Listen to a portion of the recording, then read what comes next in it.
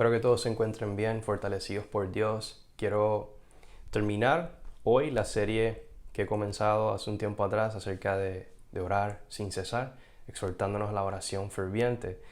Y en esta parte 12 quiero hablar de hecho acerca de sostener la oración. Cosas simples que nos lleven a sostener la oración a nivel personal y también a nivel colectivo. Y quiero comenzar con un pasaje de los Salmos, Salmos 5, versos 2 y 3. Y escuchemos lo que nos dice este Salmo y cómo podemos, aplicar algunas de las ideas que vemos aquí a esta realidad de sostener la oración. Dice: atiende a la voz de mi clamor, Rey mío y Dios mío, porque es a ti a quien oro. Oh Señor, de mañana oirás mi voz. De mañana presentaré mi oración a ti y con ansias esperaré. Varias cosas muy significativas en este salmo. Primero, se identifica la voz del que clama a Dios, identificándose con Dios como su Dios, Rey mío y Dios mío. Esto en sí mismo establece la base de lo que debe ser nuestra vida de oración. Y es que nuestra vida de oración es una de las expresiones más fundamentales de nuestra devoción y lealtad a Dios, como nuestro Dios, como aquel a quien nos hemos vuelto y en quien hemos puesto nuestra confianza. Y de todo esto he venido hablando. Quería quizás ilustrarlo de manera más específica aquí, a través del Salmo, donde vemos que oramos a Dios continuamente, buscamos ser consistentes en la oración, aún a diario, como una expresión muy práctica de nuestra fidelidad a Él, de nuestro amor y devoción a Él. Es a ti a quien oro, es a ti, Dios, a quien oro. No le oro a ningún otro Dios, no le oro al Dios del misticismo oriental, no me doy a toda clase de prácticas por exóticas que puedan ser, para supuestamente cultivar la espiritualidad, sino que mi vida está centrada en la devoción a ti. En ti hallo mi refugio y mi gozo. Parafraseando un poco.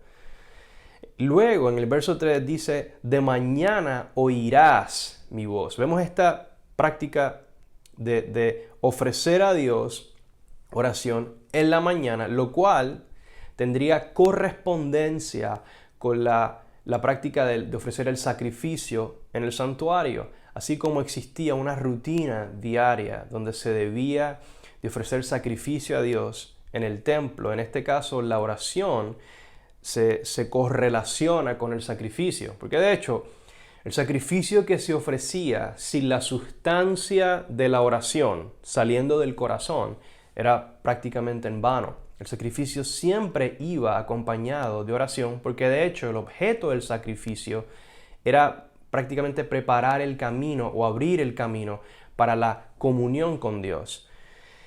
Y es entonces en la mañana, vemos esta dinámica continua, consistente de oración, que pudiera describirse como oración litúrgica, que está relacionada a una liturgia, a un ritmo continuo de oración. Y luego se nos llama también a esperar pacientemente. Ya de hecho hemos estado hablando de eso. La pregunta es: ¿cómo podemos cultivar, cómo podemos inclusive generar y sostener el ánimo y el amor a Dios en la oración? Y hay un autor que es uno de mis autores favoritos, él se llama Jon Levenson, y escribió un libro que se llama The Love of God, el amor de Dios. No lo tienen en español, pero de todas maneras les voy a compartir algunas citas aquí de su libro, porque él está convencido de que la práctica litúrgica y grupal de la oración, en la medida de lo posible, sabemos que en la actualidad tenemos unas limitaciones bastante significativas en cuanto a eso, pero aún así tenemos toda clase de medios que nos sirven para conectarnos y para implementar de manera práctica dinámicas de oración y devoción a Dios. Y Levenson dice que cosas como la recitación o la meditación bíblica son elementos que pueden tener un impacto muy profundo a la hora de cultivar la dinámica interna del amor a Dios y inclusive generar el ánimo que muchas veces nos hace falta, que no tenemos muchas veces para orar. Y esto, desde mi punto de vista, tiene el potencial de llevarnos a la perseverancia en la oración. Claro, sumando la fortaleza que el Espíritu da, pero que precisamente da en respuesta a la oración. Vamos a escuchar algunas de las palabras de Levenson. Él dice lo siguiente. Dice, la emoción, o vamos a decir el aspecto emocional del amor. Estamos claros de que la Biblia nos llama a un amor que no es meramente emocional, sino que inclusive el énfasis del amor bíblico está en la acción. En el caso de Dios, nos volvemos solo a Él, lo adoramos solo a Él, somos fieles a Él, esperamos en Él, confiamos en Él, es su evangelio aquello en lo que hallamos esperanza. En el caso del prójimo, amamos a nuestro prójimo con acciones, somos fieles a nuestras esposas, cuidamos a nuestros hijos, proveemos para ellos.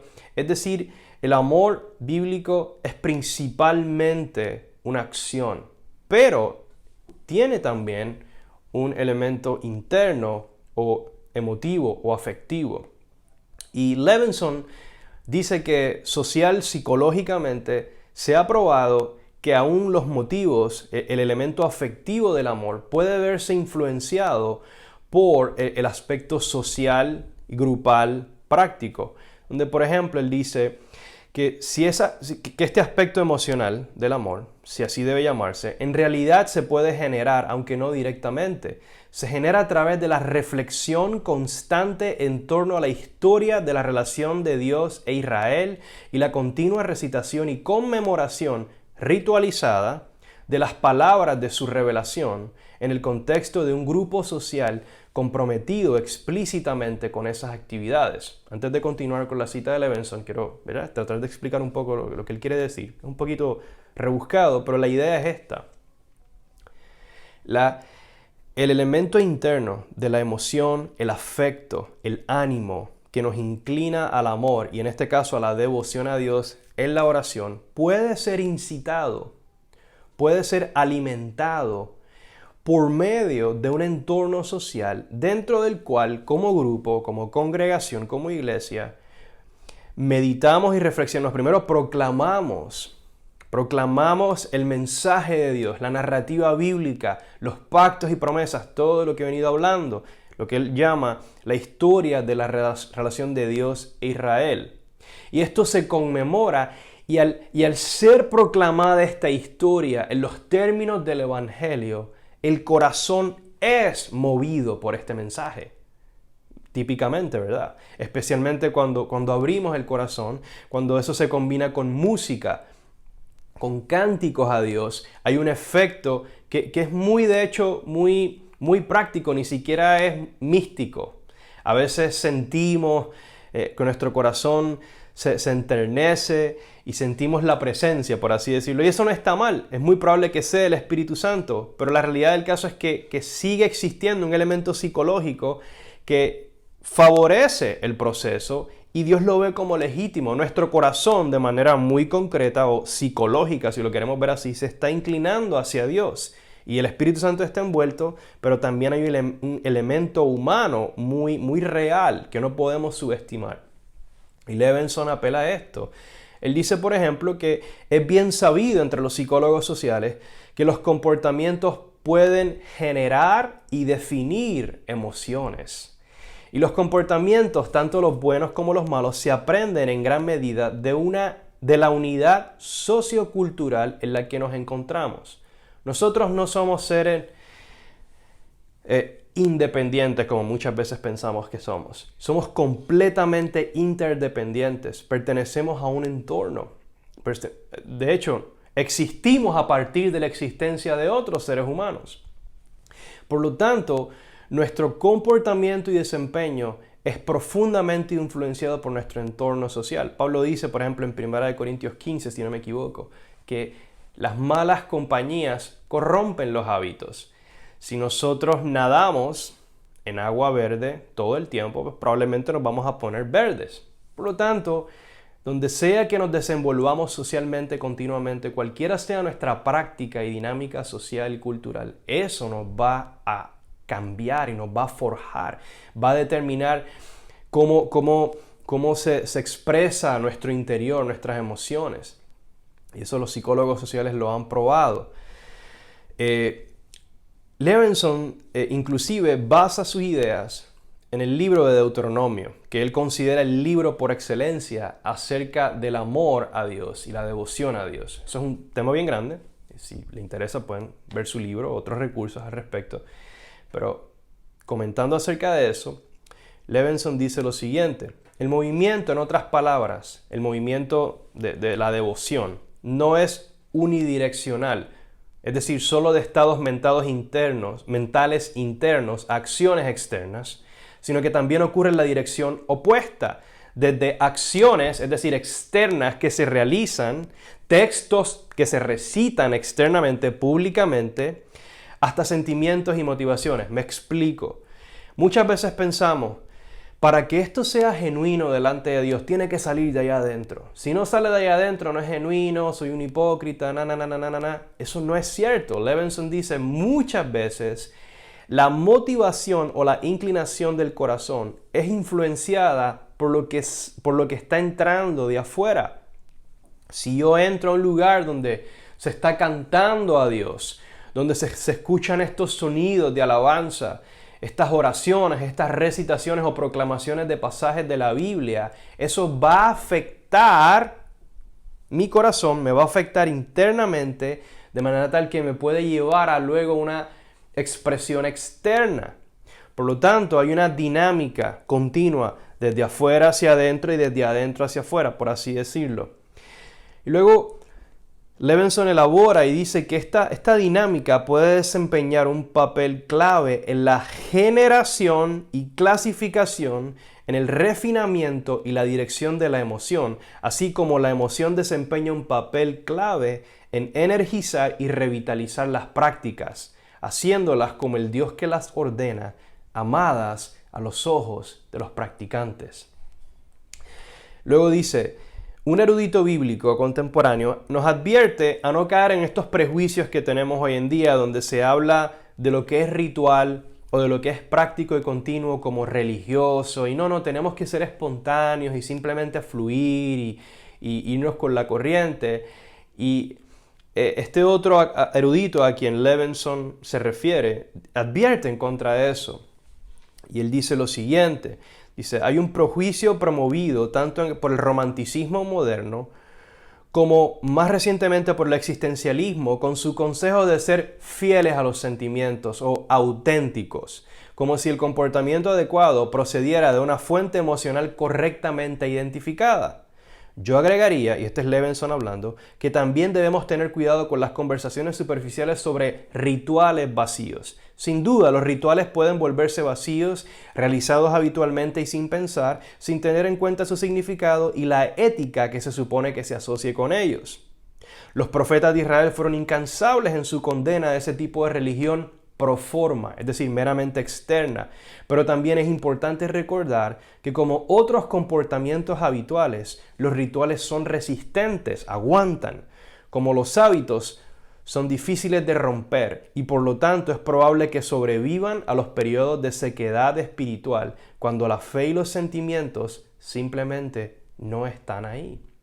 Es decir, si somos honestos con nosotros mismos, es probable que el 90% de las veces que nos despertamos en la mañana, no salimos de la cama flotando en una nube diciendo, oh Dios, anhelo profundamente conectarme contigo y tener intimidad y comunión. Probablemente no, realmente no. Y por lo tanto, de lo que va a depender nuestra devoción a Dios en esos momentos, va a ser simplemente de aquello que hayamos decidido hacer de antemano.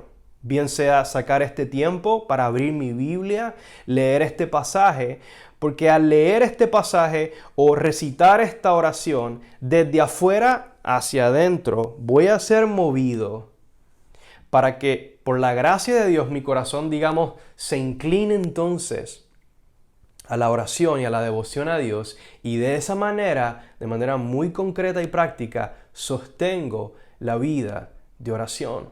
Voy a terminar con dos pasajes. Pablo dice en Romanos 15, porque todo lo que fue escrito en tiempos pasados, para nuestra enseñanza se escribió, hablando de la Biblia, y más específicamente del Antiguo Testamento, de hecho, a fin de que por medio de la perseverancia y del consuelo de las Escrituras, tengamos esperanza. Las Escrituras imparten perseverancia y consuelo. ¿Cómo? A través del mensaje que nos proclama, a través de la esperanza, el evangelio que nos anuncia, el futuro que nos garantiza, basado en las promesas de Dios. Al meditar, reflexionar en las Escrituras, nuestro corazón es animado a la obediencia, es animado al amor y a las buenas obras, es animado a la oración, a la alabanza a Dios. Y es por eso que, como dice el autor de Hebreos, en el capítulo 10, verso 23 al 25, mantengamos firme la profesión de nuestra esperanza sin vacilar, sin flaquear, porque fiel es aquel que prometió. Consideremos cómo estimularnos unos a otros al amor y a las buenas obras, no dejando de congregarnos, de reunirnos para orar, para predicar la palabra, para partir el pan, como algunos tienen por costumbre, sino exhortándonos unos a otros y mucho más al ver que el día se acerca, para que cuando el Hijo del Hombre venga, halle fidelidad en la tierra. Que el Señor nos ayude a orar sin cesar.